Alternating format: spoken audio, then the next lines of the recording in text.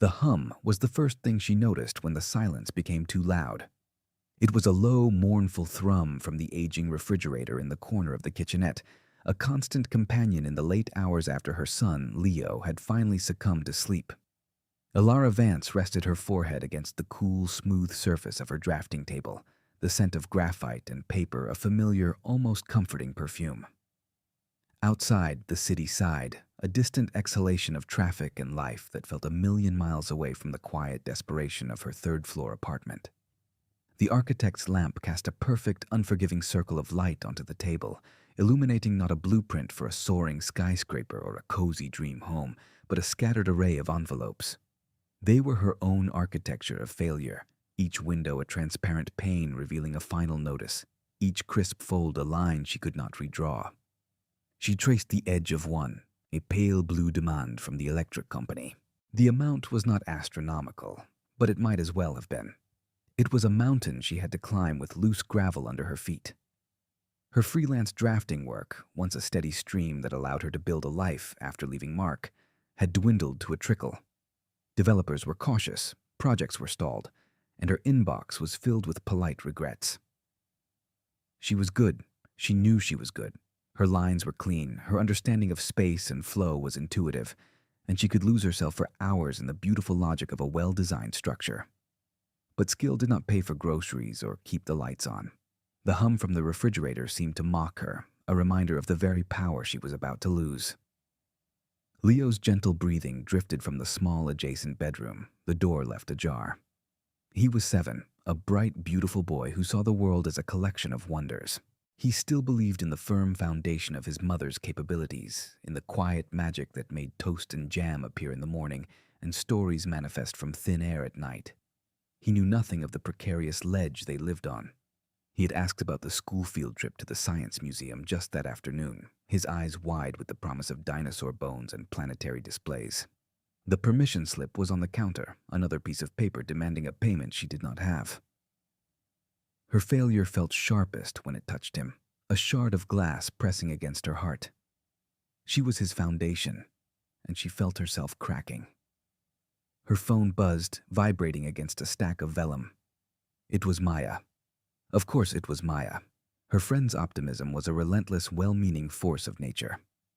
Elara ignored it for a moment, straightening the bills into a neat, damning pile. She aligned their edges with the precision of a draftsperson, as if imposing order on the paper could somehow impose order on the debt itself. She picked up the phone on the third buzz. Maya's voice was a cheerful assault on the quiet gloom. She spoke of a blind date, a favor to a friend of a friend, a man named Julian, who was apparently a decent human being, a rare and endangered species in the city's dating pool. Elara had refused twice already. The idea was absurd. She had no time, no energy, and certainly no money for the required uniform of hopeful femininity. Her wardrobe consisted of work-appropriate sweaters and jeans worn soft with wear. The emotional bandwidth required to engage with a stranger, to perform the delicate dance of introduction and inquiry, was a luxury she could not afford. She was overdrawn in every currency that mattered. But Maya was persistent. It was just dinner, a free meal, a break from the four walls of her apartment, a chance to talk to an adult about something other than overdue invoices or the plot of a children's television show. A strange idea began to form in Elara's mind, born of exhaustion and a flicker of bitter, self-destructive humor. What was the point of pretending? What was the point of constructing a facade of stability and normalcy for a few hours, only to return to this cold, hard reality? The performance felt dishonest. It felt like a lie she was too tired to tell. She looked at the neat stack of bills under the lamplight. That was her truth. That was the unvarnished reality of her life, the fine print beneath the carefully composed smile she would be expected to wear. She agreed.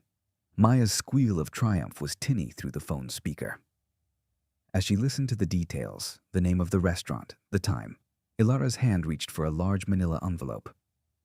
With methodical slowness, she slid the pile of bills inside. The electricity notice, the warning from the internet provider, the letter from the landlord's management company, the credit card statement blushing a violent shade of red. She did not include the permission slip. That was a private shame. a failure that belonged only to her and Leo. She sealed the flap, the gesture feeling both insane and incredibly terrifyingly sane. This was her dowry, her letter of introduction. She would go to this dinner and she would bring herself. All of her. The capable drafter, the loving mother, and the woman drowning in a sea of pale blue paper. It was a test, but not for him. It was for her.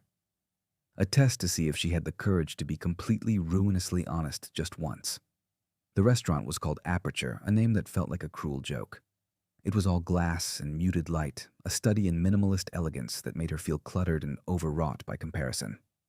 Every surface gleamed. The quiet clink of silverware against porcelain was the only percussion in a room humming with the low murmur of expensive conversations. She wore her one good black dress, a simple sheath that had survived from her previous life, a relic from a time when dinner out was a casual pleasure, not a strategic acquisition of calories. She clutched the manila envelope in her hands, the paper a flimsy shield against the room's opulence. It felt heavy, loaded with the weight of her choices and circumstances. She was 10 minutes early, a habit born of anxiety, and was seated at a small table for two near a window overlooking a manicured, artfully lit courtyard. She watched the other patrons. They moved with an ease she had forgotten existed. Their laughter was light, their gestures expansive. They belonged here. Ilara felt like a misprint, a line of code that had ended up in the wrong program. She placed the envelope on the table beside her fork, a deliberate act. It sat there, incongruous and mundane, a beige rectangle of reality on the crisp white linen. She could feel the heat of its judgment, or perhaps that was just her own. She imagined the conversation, the polite smile on his face freezing as she explained its contents. She pictured the awkward retreat, the hastily invented excuse, the relief in his eyes as he escaped. In a way, she was hoping for it. It would be a clean break, a confirmation of what she already suspected, that her life was too messy, too complicated, too much for anyone to take on. A man stopped at her table. He was tall, dressed in a dark suit that was tailored with the same precision she applied to her blueprints. It did not look like a uniform. It looked like a second skin. He was not handsome in the classical, forgettable way of models in watch advertisements. His features were sharper, more interesting. There was an intensity in his dark eyes, a focused intelligence that seemed to be taking in everything at once. The room, the table, her. He moved with a quiet confidence that was neither arrogant nor apologetic. It simply was. He extended a hand. Julian Thorne. His voice was a low baritone, calm and direct. She gave her name, her own voice sounding thin to her ears. His handshake was firm, his hand warm. He sat down, his gaze lingering for a fraction of a second on the manila envelope before meeting hers. He did not comment on it. Instead, he asked her about her day, a simple question that felt impossibly complex. How did she summarize a day spent juggling a minor freelance correction, fielding a call from a debt collector, and building a surprisingly stable fortress out of sofa cushions with her son? She gave him the edited version, the one that was safe and palatable. She spoke of her work, of the satisfaction of solving spatial puzzles, of turning a client's jumbled ideas into a coherent, livable design. He listened. He actually listened, his focus entirely on her, making her feel both seen and intensely scrutinized. He asked intelligent questions, not just about what she did, but why she did it. He wanted to know what drew her to architecture, to the interplay of light and structure. She found herself talking more than she had intended, the subject of her work a safe harbor in a sea of anxiety. He spoke of his own work with a similar, albeit more detached passion. He was a developer. He built things. But he spoke of it not in terms of profit margins and square footage, but in terms of creating communities, of the responsibility of shaping a city's skyline. Ilara found herself looking at him, really looking at him. Beneath the expensive suit and the air of command, she saw a weariness in the lines around his eyes. It was not the exhaustion she knew, the bone-deep fatigue of a single parent running on fumes. It was something else, a kind of existential tiredness, the look of a man who had won all the games and was no longer sure why he was playing. There was a loneliness there, an isolation that all the glass and steel in the world could not fill. The waiter arrived to take their drink order. After he left, a small silence settled between them. Julian's eyes dropped to the envelope on the table. He did not look at it with disdain or even curiosity, but with a kind of calm appraisal, as if it were simply another object to be analyzed. He tilted his head slightly. He did not ask what was in it. He asked why she had brought it. The question was disarmingly direct. It cut through all the pretense she had been bracing herself for. There was no judgment in his tone, only a genuine desire for an answer. Ilara's heart hammered against her ribs. This was the moment. The precipice. She could lie, invent a story about work files she had forgotten to drop off. Or she could jump. She took a breath, the conditioned air of the restaurant feeling thin and inadequate. She met his steady gaze. "I brought it," she said, her voice barely a whisper, "because it is the most honest thing about me right now." He did not flinch. He did not smile. He simply held her gaze, a silent invitation to continue. "They're my unpaid bills," she confessed, the words tasting like ash, "the final notice for my electricity, the letter from my landlord, my credit card statement. I brought them because I am tired of pretending to be someone I am not. I am not the kind of woman who belongs in a place like this, who can afford to spend an evening making small talk with a stranger.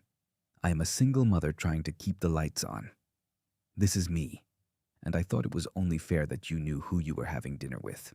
She finished, her cheeks burning, her entire body braced for the inevitable polite dismissal. She had done it. She had detonated the evening before it had even begun. She felt a strange, light-headed sense of relief mingled with profound humiliation. Julian Thorne looked at her for a long moment. The silence stretched, filled only by the distant clatter of the kitchen and the soft murmur of the dining room. She watched his expression, searching for the pity or the contempt she expected to find. There was neither. There was only a quiet, unnerving intensity, as if she were a complex blueprint he was trying to understand. He seemed to see not just the desperate woman in the old black dress, but the entire structure of her life, the load-bearing walls of her pride and the stress fractures of her fear. Then, he did something she would never have predicted. He reached across the table, his fingers brushing hers as he picked up the envelope. His touch was brief, but it sent a small jolt through her. He did not open it. He simply held it in his hand, weighing it, as if he could feel the density of her struggles through the cheap paper.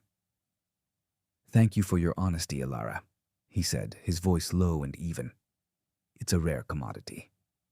He signaled for the waiter, who appeared at his elbow with an almost supernatural speed. Julian did not look away from her. He handed the envelope to the man. "Find my assistant Michael at the bar," he instructed, his tone calm and authoritative. "Give this to him. Tell him to take care of everything in it immediately. Use the company's emergency fund. I want confirmation that it's all been settled before our appetizers arrive." The waiter, a professional accustomed to the eccentricities of the wealthy, simply nodded and disappeared with the physical manifestation of all her anxieties. Ilara stared, speechless.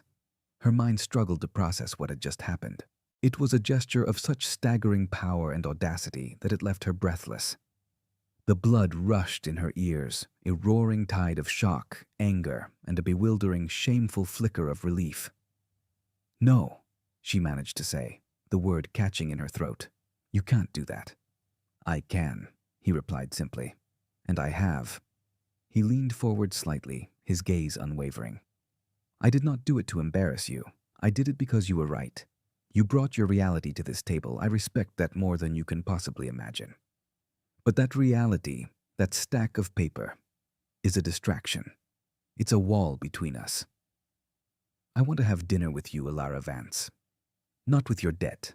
I want to have a real conversation, and we can't do that with a final notice sitting between us." So I removed the distraction. Her first instinct was to run, to stand up, knock over her chair, and flee the restaurant and the suffocating weight of his grand, impossible gesture. It felt like charity. It felt like a transaction. He had bought her time, her attention. She felt her pride, the one thing she had left, shriveling under the heat of his casual omnipotence. She opened her mouth to tell him off, to reject his high-handed solution, to reclaim her problems as her own. They were hers, after all. She had earned them. But the words died on her lips. She looked at his face, at the complete lack of smugness or pity in his expression. He was not looking at her like a project to be fixed. He was looking at her like an equal who had just presented a problem which he, in his own brutally efficient way, had solved. His logic was as clean and unadorned as the lines of the buildings he constructed. He had identified an obstacle and removed it. There was a shocking purity to it. He wasn't trying to save her. He was trying to talk to her, and beneath the humiliation, a treacherous warmth spread through her chest. The knot of fear that had been lodged in her stomach for months, the constant grinding anxiety about the electricity, the rent, the endless cascade of failures. For the first time, it loosened its grip. The possibility of a full night's sleep, uninterrupted by panicked middle-of-the-night calculations, was a seductive, dizzying thought. He had offered her not money, but something far more valuable. A reprieve. A moment to breathe. She stayed. She sank back into her chair, the fight draining out of her. The decision felt monumental, a surrender, and a step forward all at once. She was choosing to trust, just for a moment, this stranger's bizarre code of conduct. She was choosing to accept the strange, altered reality of the evening. "All right, Julian," she said, her voice steadier now. "You removed the distraction. Let's have a conversation."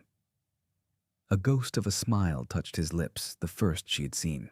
It transformed his face, softening the severe lines and revealing a hint of the man beneath the magnate. "Good," he said. "Now tell me about the Alhambra. I read that it was the first structure that made you want to be an architect. I want to know why." And just like that, the world shifted on its axis. The power dynamic she had anticipated was gone, replaced by something she could not define. They were no longer a struggling single mother and a wealthy benefactor. They were two people at a table talking about the intricate beauty of Moorish architecture as if it were the most important thing in the world. As they talked, a quiet confirmation arrived in the form of a small folded note delivered by the waiter, which Julian glanced at and tucked away without comment. The lights in the restaurant seemed to burn a little brighter. The dinner that followed was unlike any she had ever had. The food was exquisite, but she barely noticed it. Their conversation was the main course. They moved from architecture to books, from the quiet solitude of creative work to the frustrating compromises of commerce. He was surprisingly well-read, his insights sharp and often cynical, yet tinged with a deep-seated desire for things to be better, more logical, more beautiful. She found herself challenging him, debating points about urban design and the social responsibility of developers. She forgot to be intimidated. She forgot about the cavernous gap between their financial worlds. For a few hours, in the bubble of that quiet, expensive restaurant, she was simply a mind engaging with another mind. She felt a part of herself she thought had been buried under the weight of motherhood and poverty begin to stir. The woman who had loved her work, who had ideas and opinions, who was more than just a collection of anxieties, was still there. He insisted on driving her home. His car was as understated and elegant as his suit, a dark sedan with an interior that smelled of clean leather and quiet wealth. The ride was mostly silent, but it was a comfortable silence. As he pulled up to her modest, slightly shabby apartment building, she felt a familiar pang of shame. The lobby light was flickering and one of the concrete steps had a chip in it. It was a world away from Aperture. He did not seem to notice, or if he did, he gave no sign. He walked her to the door, the manila envelope and its former contents, a strange, unspoken thing between them. At her door, she turned to thank him for dinner. The words felt inadequate. "Thank you," she said, meeting his eyes, "for everything." He simply nodded. "I would like to see you again, Ilara." His directness was still startling. He wasn't asking for a second date in the conventional sense. It felt more like a statement of intent. But before she could answer, he added, "And I would like to see your work, the real work, the designs you keep for yourself." The request caught her off guard. It was more intimate than asking to see her again. Her personal designs, the ones she sketched late at night after Leo was asleep, were not for clients. They were her hopes, her frustrations, her dreams rendered in graphite. They were the most honest part of her, even more so than the bills. She found herself agreeing. He gave her a small, genuine smile, said goodnight, and walked away. Ilara stood at her door for a long time, watching his car disappear down the street. She went inside, the apartment feeling both exactly the same and completely different. The refrigerator was still humming its mournful tune, but it no longer sounded like a threat. It just sounded like a refrigerator. For the first time in a very long time, she felt a flicker of something she had long since given up on. It was a fragile, unfamiliar sensation. It felt like hope. The next few weeks unfolded in a series of quiet, deliberate moments. Julian did not overwhelm her with grand gestures or lavish gifts. His currency was attention, and he spent it generously. He asked her to meet him for coffee near her apartment, and he arrived with 2 cups and a portfolio case. They sat on a park bench while Leo played on the nearby swings, and she showed him her sketches. He looked through them with the focused intensity of a professional appraising a blueprint, his silence more validating than 1,000 empty compliments. He saw the intelligence in her use of negative space, the way she played with natural light. He understood what she was trying to do without her having to explain it. He saw her talent, not as a hobby, but as a dormant, powerful skill. He proposed a project. It was a small thing, he said, a guest house on his property upstate. He had the main architectural firm for the big house, but he wanted the guest house to have a different feel, more intimate, more thoughtful. He wanted her to design it. He offered her a freelance contract, with terms that were so generous they made her dizzy. It was not charity. It was a professional engagement. He was giving her a chance to work, to rebuild her career on her own terms. It was a lifeline, disguised as a blueprint. He came to her apartment to discuss the initial concepts. It was the first time he had seen where she lived. She had cleaned frantically, hiding Leo's sprawling Lego creations and stuffing loose papers into drawers. But there was no hiding the worn patches on the sofa or the persistent leak stain on the ceiling. He walked in and his gaze swept the room, but his focus landed on the half-finished jigsaw puzzle on her coffee table, a complex image of a Van Gogh painting. He looked at it, then at her, and she saw a flicker of understanding in his eyes. He saw the metaphor. A life in 1,000 scattered pieces, slowly, patiently being put back together.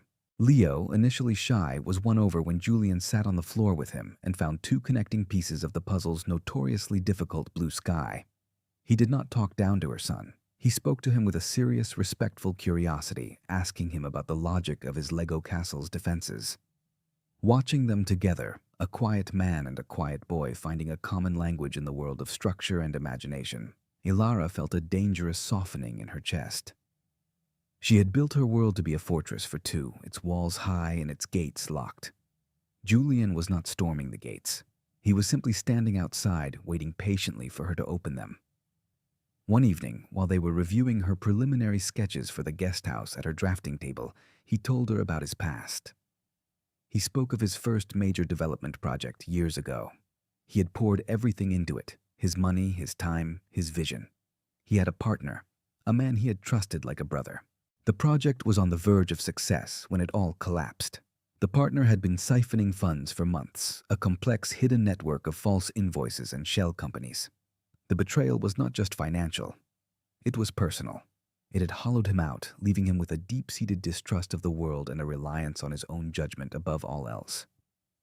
"I learned that honesty is the only foundation that matters," he said, his eyes on her drawings but his thoughts clearly elsewhere.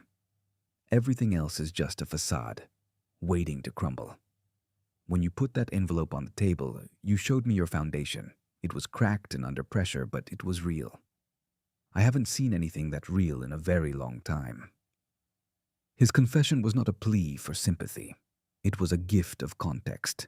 It explained the man who paid a stranger's debts before ordering dinner. It explained the man who valued her brutal honesty over polite fiction. It was his own manila envelope, laid bare on her drafting table. In that moment, the last of the transactional feelings she harbored about that first night dissolved. He had not bought her time. He had recognized a fellow survivor. His scars were on a grander scale, but they were scars nonetheless. The power dynamic between them finally leveled, settling into a partnership of two people who understood in their own ways the cost of a weak foundation. The first sign of trouble arrived not with a bang, but with a sleek, expensive-looking envelope slid under her apartment door. It was from a law firm she did not recognize.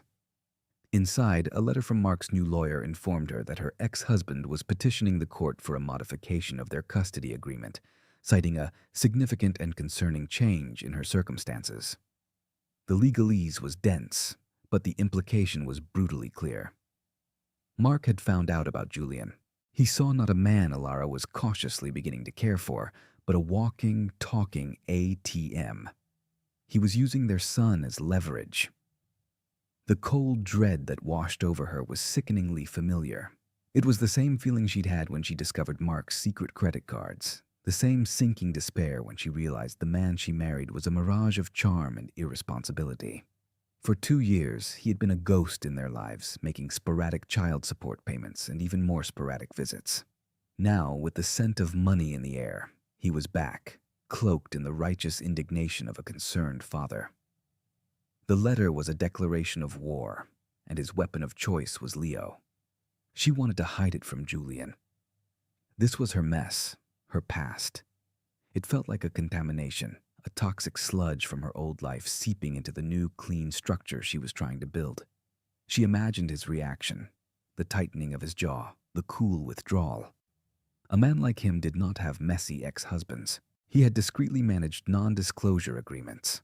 Her life was suddenly too complicated again, the neat lines of their new arrangement hopelessly tangled. She spent a day paralyzed by indecision, the lawyer's letter a dead weight in her bag. She tried to work on the guest house designs, but the lines felt mocking, the elegant solutions for space and light a bitter irony when her own life was closing in on her. That evening, Julian called to check on a specific measurement. He must have heard the strain in her voice. "What's wrong, Ilara?" he asked, his tone leaving no room for evasion. She tried to deflect, but his quiet persistence wore her down. The truth came tumbling out, a torrent of fear and frustration. She told him about Mark, about the letter, about the sickening feeling of being dragged back into a fight she thought she had already won. She expected him to distance himself, to offer the name of a good lawyer and a polite but firm retreat from her personal chaos. Instead, he said 2 words that changed everything. "I'm coming over." He arrived 20 minutes later. He did not bring solutions or strategies. He just sat with her on her worn sofa, the half-finished puzzle between them, and listened. He read the letter, his expression unreadable. When she finally ran out of words, exhausted and raw, he simply took her hand. His thumb traced a slow circle on her palm. "This is not your mess," he said, his voice quiet but firm. "This is our problem. Mark is not just threatening you. He is threatening my architect. And more importantly, he is threatening the woman I am very interested in. We will deal with him together." The simple, unwavering solidarity in his words was more powerful than any legal strategy. He had not recoiled from her complication. He had stepped into it with her. He saw Mark's letter not as a liability she brought with her, but as an obstacle that had appeared in their shared path. His old pattern, as he had described it, would have been to take over, to hire his own team of legal assassins and handle the problem silently and efficiently. But he did not do that. He looked at her, his eyes clear and direct. "What do you want to do?" he asked. It was her decision. He was offering his resources, his support, but he was ceding control of the situation to her. It was a profound gesture of trust. Ilara took a deep breath. For the first time since the letter arrived, she felt the ground solidifying beneath her feet. She was not just a victim of Mark's machinations. She was a woman with agency, and she was no longer alone. She looked at the intricate, half-finished puzzle on the table. She had been working on it alone for months, one piece at a time. Now someone was offering to help her sort through the chaos and find the connecting edges. "I want to fight it," she said, her voice clear and strong. "But I want to do it my way, with integrity. I won't let him drag us down to his level." Julian nodded, a look of deep respect in his eyes. "Of course," he said. "That's the only way to build something that lasts." The next day, Julian's own lawyer, a sharp, empathetic woman named Catherine, met with Ilara. But she did not take over. At Julian's explicit instruction, her role was to advise and support Ilara's existing court-appointed legal aid lawyer. Julian's resources were used not to steamroll the process, but to fortify Ilara's position. They gathered financial records, a meticulous history of Mark's missed payments, and Ilara's sole financial support of Leo. They collected statements from Leo's teachers and their neighbors, painting a picture of a stable, loving home. Ilara's own contribution was pivotal. Rummaging through old boxes for financial records, she found a folder of her and Mark's old joint tax returns. She had prepared them herself back then, her eye for detail, catching things his expensive accountant had missed. As she looked them over, a pattern began to emerge.